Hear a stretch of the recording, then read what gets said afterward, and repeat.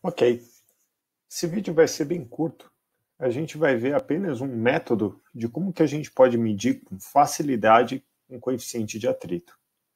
Olha só, vamos estudar esse problema. Um objeto encontra-se em repouso sobre um plano inclinado cuja inclinação é variável, ou seja, você pode inclinar ele mais ou menos. Sabendo que o objeto inicia o seu deslizamento apenas quando a inclinação atinge 30 graus, determine o coeficiente de atrito entre o objeto e o plano. Então vamos lá. Olha só, eu tenho um plano que está inclinado, né? E eu estou ali num ângulo que é o limite de deslizamento do objeto. Significa o seguinte, que um cabelinho a mais de inclinação, o objeto começa a deslizar. Ou seja, eu estou numa condição de que o objeto está num equilíbrio muito sensível. Uma pequena perturbação, ele desliza. Vamos lá. Por que ele desliza?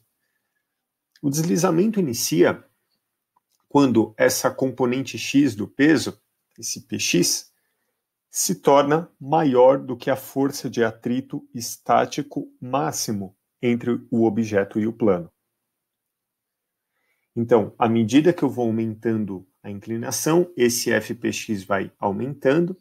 Quando ele fica igual à força de atrito estático máximo, o objeto está na iminência de deslizamento.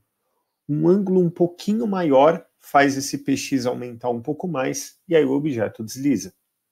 Então, olha só, eu posso escrever que na iminência de escorregamento, o px é igual ao φ. Essa projeção x aqui do peso é o peso vezes o seno do ângulo de inclinação do plano. Esse θ aqui é o ângulo de inclinação entre o plano e a horizontal.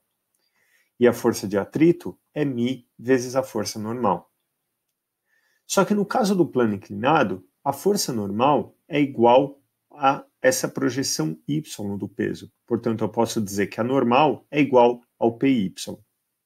Eu digo isso porque esse objeto ele não acelera nem para fora do plano, nem para dentro do plano.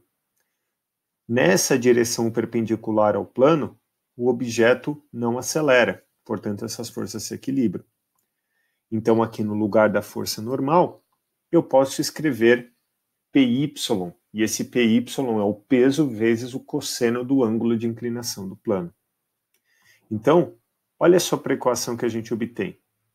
Força-peso vezes o seno de θ é igual a μ vezes a força-peso vezes o cosseno de θ. A força-peso corta. Isso significa que esse resultado que a gente obtém não depende da massa do objeto que está sobre o plano. E aí eu vou ter, cortando o peso, seno de θ vezes μ cosseno. Passo o cosseno dividindo, você vai ter que seno sobre cosseno é igual ao coeficiente de atrito. E seno sobre cosseno é a mesma coisa que a tangente.